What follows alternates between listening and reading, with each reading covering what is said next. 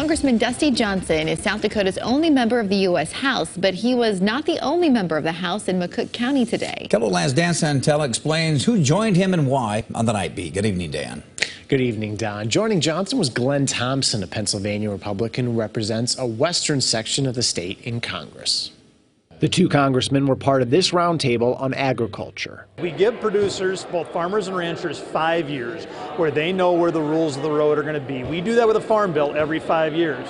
But if we're going to set policy for 5 years, we gosh darn better make sure that we're talking to the farmers and ranchers in advance. The current farm bill expires in September 2023. In general, the producers we're talking to, they don't want a revolutionary farm bill. They want something that is evolutionary, that takes some of the weaknesses, makes some tweaks, sends better messages to the marketplace. Among those joining Johnson and Thompson were Jordan Scott, president of the South Dakota Soybean Association, Danita Murray, executive director of the South Dakota Corn Growers Association, and Scott Stahl, president of the South Dakota Corn Growers Association, who hosted the event. Looking at the Farm Bill, we feel like crop insurance is a must.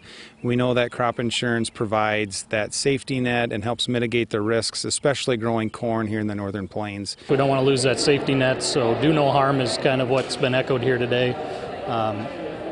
Keeping protections in place so that we can grow safe, affordable food. We'd like to see a modernization of the Farm Bill safety net. We think there are a lot of great things that are currently in place, but today in the discussions at the Farm Bill Roundtable, we heard talk about beginning and younger farmers and ranchers. We think modernization will help them out. Thompson brings up prices and margin. Where we may have record reference prices, agriculture, American farming is a business, and so it's the margin you're left with at the end of the day.